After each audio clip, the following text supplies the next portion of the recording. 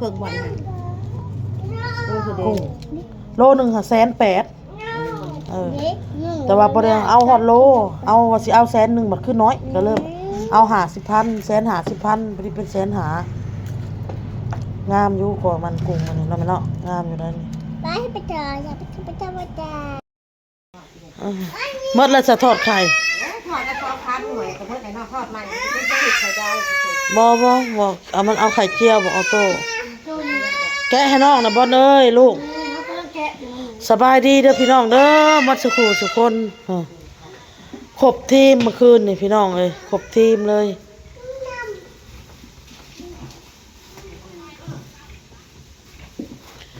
เอาลงบ่ขึ้นโนไปตลาดมาเลยอ้นกะสิพาไปตลาดใหม่อยู่พี่น้องเอ้ยสิไปซื้อสุดนี่แหละเงิน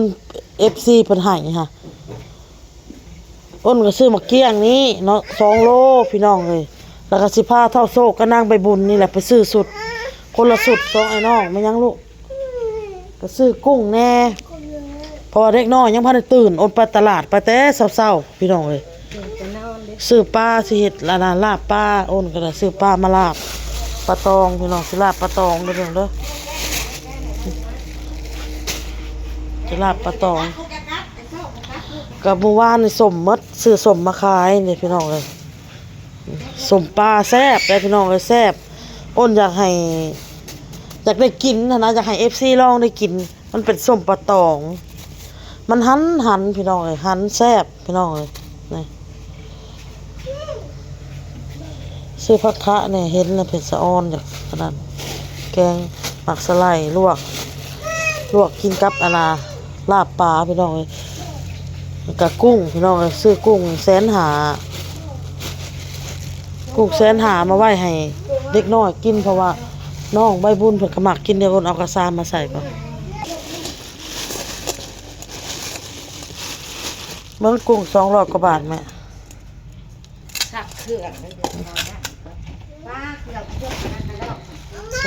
มัน2 บาทเป็นมื้อนี้ก็สิแล้วซื้อสมผักเสียนแน่ซื้อเพชรมาเห็ดแจ่วพี่น้องเป็นยังอ่ะนะห่วงมาเกี้ยงบ่ยังให้บุญ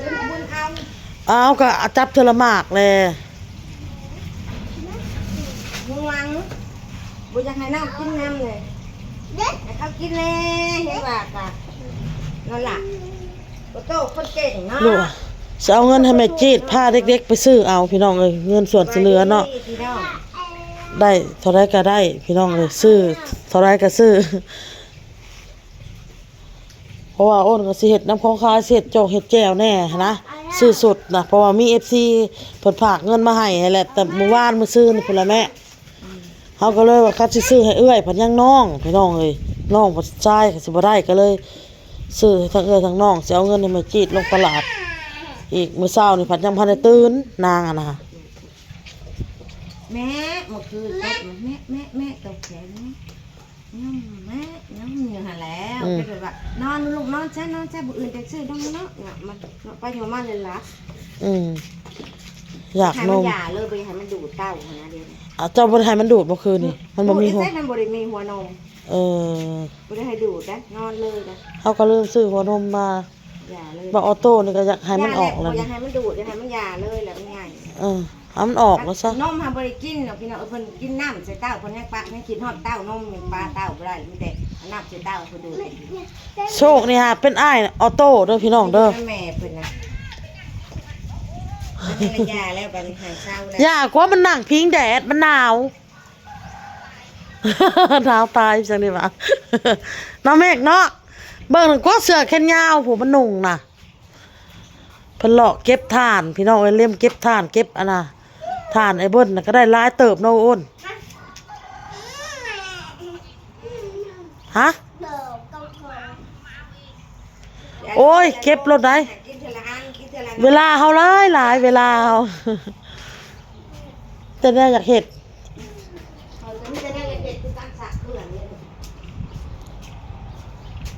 กินลูกพากันกินหมักเกี้ยงอ่ะโอ้โซ่น้องเอ้ยแซ่บบ่โซ่แซ่บ ยืดจะเพิ่มก็จะ แซ่บปะลูกแซ่บแซ่บไปบุญเด้แซ่บ ลูกกับลูกลูกไว้ลูกกับลูกกับลูกลูกไอ้ส้มได้ลูกไอ้ส้มถูกกับลูกปักกันถูกกันปักมันปักถูกงามลูกเอ้ยเป็นเซตโตได้ทุด้วยเห็ดดูหาไว้ทุไว้ทุยาทุไว้ทุไว้ ห่วงค่ะ ดูก่อนจะไหนกิน บอลทุดูบอลสบายดีป้าลุง ดีป่ะ ค่ะ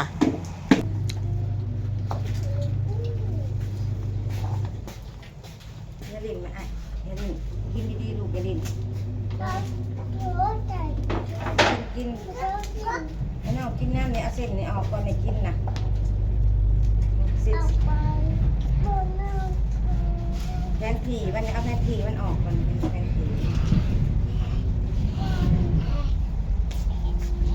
ไอ้น้องกินน้ำเด้ออย่าแพงอย่าห่วงน้องเด้อแพงน้องเด้อน้องไม่ได้กินเด้อแพงน้องแพงน้องไอ้น้องกินน้ำกุ้งอีหลามากุ้งมา ไปบุญหมักกุ้งได้หรอกุ้ง มึงเอาแพนทีเนี่ยออก เล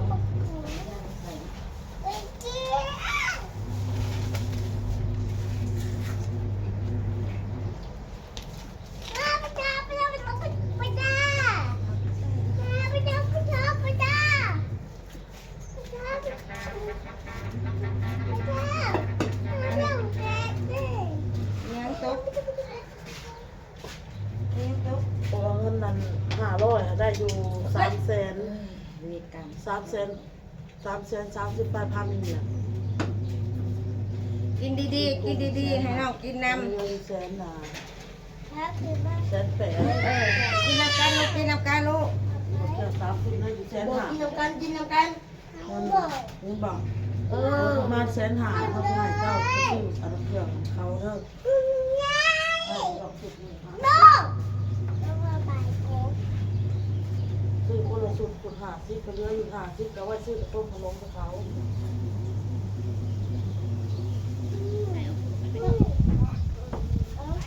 อันที่จุ๊บเอาไปได้ไหมไม่บอกให้ใส่จานอย่าหน่อยนั่งกับโต๊ะกับเพื่อนเสร็จ โต้นี่เห็นมันงง แกอันยังก็ดี เอากับจานมาเสร็จแล้ว ๆก็เป็นขนมก็เลยแม่ป้าให้มันอันเพิ่นมาเห็น ลูกไอ้ลูกคนไม่ทำได้เหรอ ลุก นั่งทำแกะหน่อยเด้อแกะได้เด้อโอ้ยแกะหน่อยโต๊ะกันเด้อโต๊ะยังมีแกะอยู่นี่แกะเลยอันนี้ลูกเอา เป็นน้ำนะจะเป็นกระดาษ เก็บเป็นแก เก่ง ะ บ้า เป็นแล้วโตก็จะเขียนเป็นงานโตเขียนสงอกคือกัน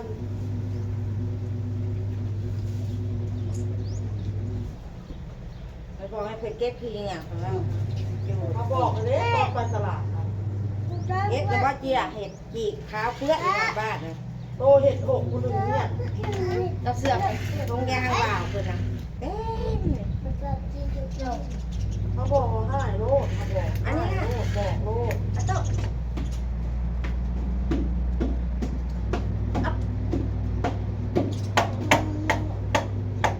อันนี้แกะบ่เดียว จำชื่อจริงๆเดี๋ยวเขาบอก ลวกอันนี้หมักได้ไหม เมื่อนั้นเสร็จเจ้าลวกลวกก็ได้ลวกอันนี้เอาลวกลวก ลวกไปนี่ลวกไปนี่นะ เป็นเจ้าพ่อพวกคน เ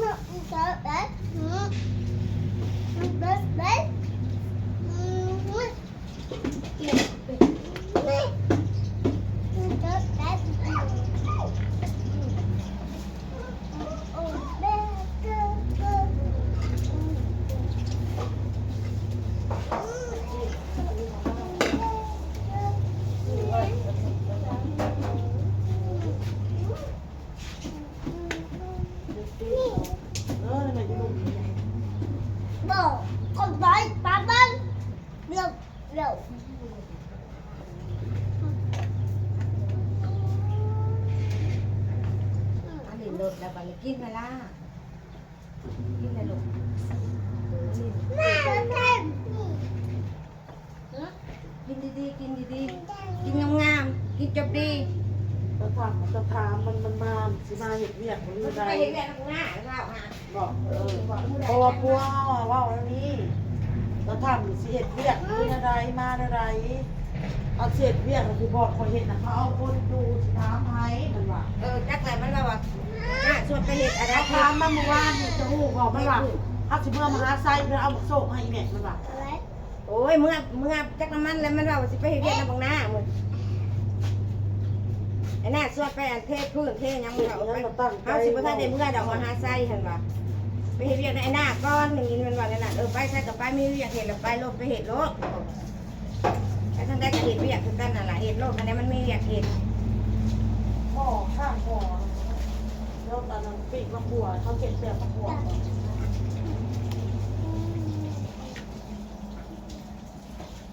เนี่ยฮะเจ้าว่าคนไหน อะไรแบบมาต่อ โดนพี่โตไอ้แกนี่ เจ้าว่าคนไหนเขาถามเราให้เรา ไอ้ดาวบะเล่นมา ต้องอยู่ไหน ตัวสิบอก เมื่อวานเนี่ย โลตัวได้สัก มหาไซโลเหมือนกัน เจ้าวะพอกับบริมักลุงเคยมันสูงที่ตะเกียบ เอาปลาอยู่แล้วมันหนาแซ่บลอง น้ำเลย เรื่องมันหมดเด้อตะเบิ่งมันหมดตะเบิ่งอย่ามาเด้อมันหมดเด้อบ่แล้วมันมามันหมดเด้อเข้าไปนะก็แกะกิน เอาแก๊สให้น้องเอาออกยังไงติดยามเอาใส่บอลูก จักแกะจ้าเนี่ยมันมี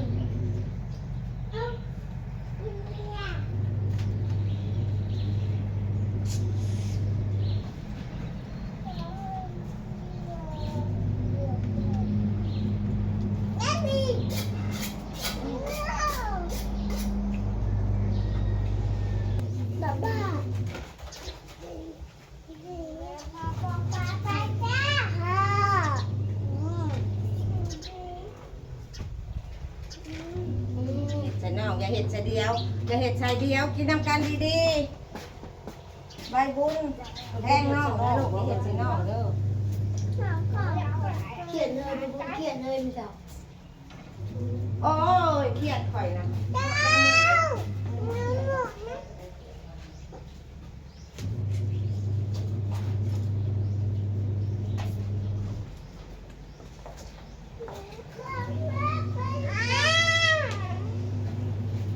ไม่ยอมคืนจ้า ซื้อซาวพัดจีจะ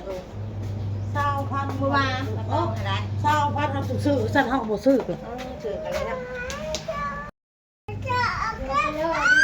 เอาไปใส่ ไปแกะมาจะสิแกะให้น้องแกะ แล้วนะ อยากกินดีๆกินดีๆกินนะยาโลดไปลินอยู่หน้าบ้านกูไปลินโลดลินน้ำ มาเด้อบอกแกะบอกค่ะต้องมาเด้อกูจะแกะเด้อเดี๋ยวมาเด้อมันหมดเด้อแกะไว้มาเอาไปแกะเอาบอกว่าเดี๋ยวมายังมาอยู่เอาไป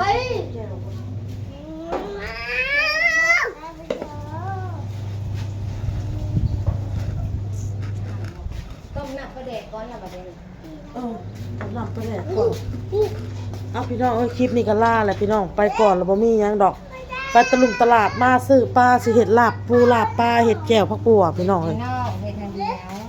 สิ่งก็เห็นว่าเสร็จแล้วเรียบร้อยก็ป้งเลยป้งสนิเลยพี่น้องเลยลาแล้ว ลาไปก่อนพี่น้องบ้าย